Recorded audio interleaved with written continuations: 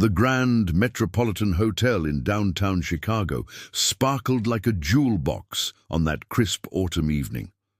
Crystal chandeliers cast dancing reflections across marble floors, while champagne flutes clinked in the hands of the city's elite. Among the sea of designer gowns and tailored tuxedos, 26-year-old Emma Collins felt like an imposter in her borrowed lavender dress.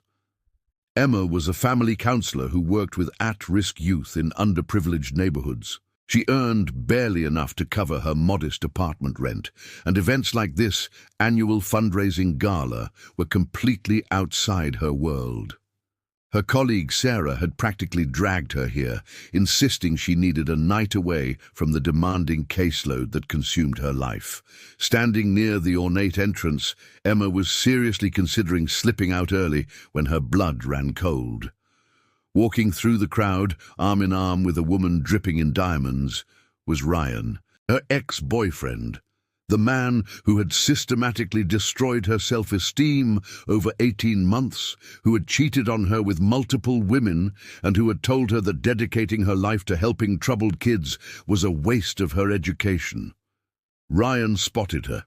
His eyes lit up with that familiar mixture of condescension and cruel amusement. He was heading straight toward her, clearly eager to showcase his glamorous new girlfriend and remind Emma of everything she supposedly wasn't. Panic flooded Emma's system. Her heart hammered against her ribs. She couldn't breathe. She couldn't face his smug superiority tonight. Couldn't endure watching him prove that he had moved on to better things while she remained stuck in her small, unremarkable life. Her desperate gaze swept the crowded ballroom and landed on a man standing alone by one of the tall windows. He looked to be in his mid-30s, with dark hair styled perfectly, wearing a suit that probably cost more than Emma made in a month. His expression suggested he was thoroughly bored with the entire event. Without allowing herself time to reconsider, Emma walked quickly toward him. Her hands were trembling as she approached. "Please," Emma whispered urgently, her voice barely audible above the orchestra music. "I know this is insane, but I need you to pretend to be my boyfriend, just for 5 minutes. My ex is walking over here and I can't face him alone." The man turned to look at her, surprise evident in his striking blue eyes. He studied her face for a long moment, taking in her obvious distress and the genuine desperation in her expression. "Act like you love me," Emma added, her voice cracking slightly. "Please." Something shifted in the stranger's demeanor. Without speaking, he stepped closer and slipped his arm around Emma's waist, pulling her against his side with comfortable familiarity, just as Ryan arrived. "Emma," Ryan said, his tone dripping with false surprise, "I certainly didn't expect to see you at an event like this. Isn't the ticket price a bit out of your league?" Emma felt the stranger's arm tighten protectively around her waist. "Ryan," she managed to say, trying to keep her voice from shaking, "this is my boyfriend. This is Alexander Hunt," the man beside her said smoothly, extending his free hand while keeping Emma securely against him. His voice carried an unmistakable note of authority. "And you must be Ryan Mitchell." Ryan shook Alexander's hand, clearly trying to assess this unexpected development. "How long have you two been together?"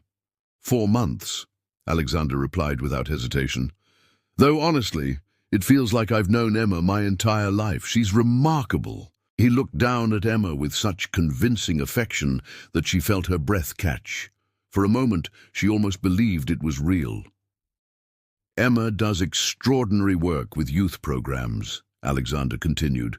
"She's dedicated, brilliant, and compassionate in ways most people can't comprehend. Her work changes lives every single day.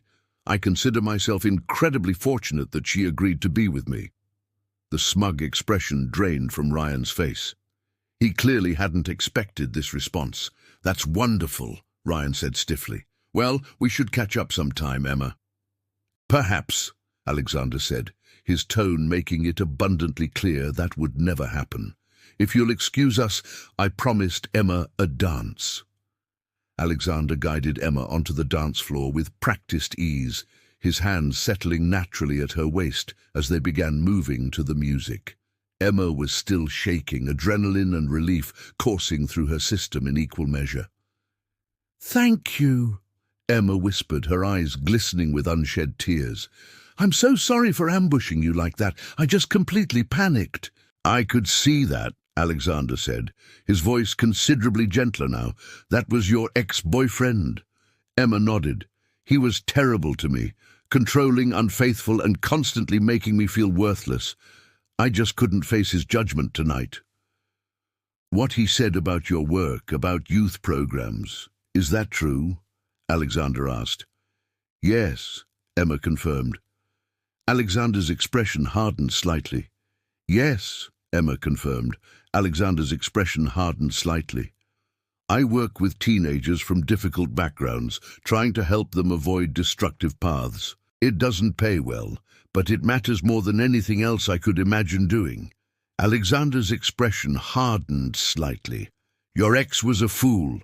What you do is infinitely more valuable than what most people in this room do, myself included." "What do you do?" Emma asked curiously. "I run a company," Alexander said vaguely. "It's not particularly interesting. Tell me more about your work with these teenagers." They continued dancing, and Emma found herself relaxing in Alexander's arms. He asked thoughtful questions about her cases, seemed genuinely interested in the challenges she faced, and never once made her feel inferior because of her modest circumstances. When the song ended, Alexander surprised her by asking, "Would you like to stay longer? I'm supposed to be networking tonight, but I'd much rather spend the evening talking with you." "Are you sure?" Emma asked uncertainly. "You don't have to keep pretending." Alexander met her eyes directly. "I'm not pretending anymore. I'm genuinely interested in getting to know you better." Over the following weeks, Alexander and Emma continued seeing each other. He took her to elegant restaurants where she'd never imagined dining, but he also joined her at her favorite neighborhood taco truck, where they sat on a park bench talking for hours. She introduced him to her work, bringing him to meet some of the teenagers she counseled. Alexander listened to their stories with unexpected compassion and insight. It wasn't until their fifth date that Emma discovered Alexander's true identity. They encountered someone at a restaurant who addressed him as Mr. Hunt and mentioned something about quarterly earnings at Hunt Global Enterprises. A quick internet search later revealed that Alexander Hunt was a billionaire CEO, one of the most powerful business leaders in the country.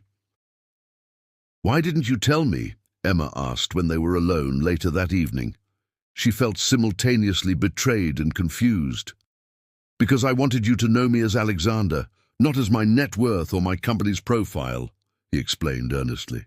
"Every woman I've dated in the past decade has been interested in what I have rather than who I am. You asked me to pretend to love you for 5 minutes. I've spent the last month falling genuinely in love with you, and I didn't want my wealth to change how you perceived me." Emma felt tears forming in her eyes. "It doesn't change anything," she said softly. "I fell in love with the man who defended me to my ex without knowing anything about me first. I fell in love with the person who asks about my work like it genuinely matters. I fell in love with you, Alexander, not your company or your money or your status, just you." Alexander smiled, the first completely unguarded expression Emma had seen from him. "Then I should tell you something else. That gala where we met, I funded the entire event. It supports youth intervention programs throughout Chicago. I've been a major donor for years, trying to give back because I spent 3 years in the foster care system myself as a teenager." Emma's tears spilled over. "Why didn't you say something when I first told you about my work?" "Because I wanted to hear your perspective without influencing it with mine," Alexander said, "and because I wanted you to see that I valued what you did for its own sake, not because of my personal connection to the cause." 7 months after their first meeting, Alexander proposed to Emma at another charity gala, this time with Emma fully aware of who he was and what he represented. He got down on one knee in front of the same people who had witnessed their first dance together. "You asked me to pretend to love you for 5 minutes," Alexander said, his voice carrying across the suddenly quiet ballroom. "I want to spend the rest of my life showing you that I don't have to pretend at all. You saw me as just a man who could help you in a moment of panic. I saw a woman who valued character over circumstances, who dedicated her life to helping young people everyone else had given up on. Will you marry me?" Emma said yes through tears of joy, and across the ballroom, Ryan watched with an expression of stunned disbelief.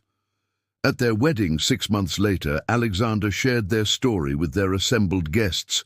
"She needed someone to pretend for 5 minutes," he said, holding Emma's hand. "I got a lifetime of authenticity. She thought she was using me to avoid embarrassment. Instead, she gave me the most genuine relationship I've ever experienced. That's what happens when you ask for help from the right person at exactly the right moment." He turned to Emma, his eyes full of love. "Sometimes desperation leads us to the people we were meant to find all along. And sometimes pretending to love someone teaches us what real love actually looks like. And sometimes pretending to love someone teaches us what real love actually looks like."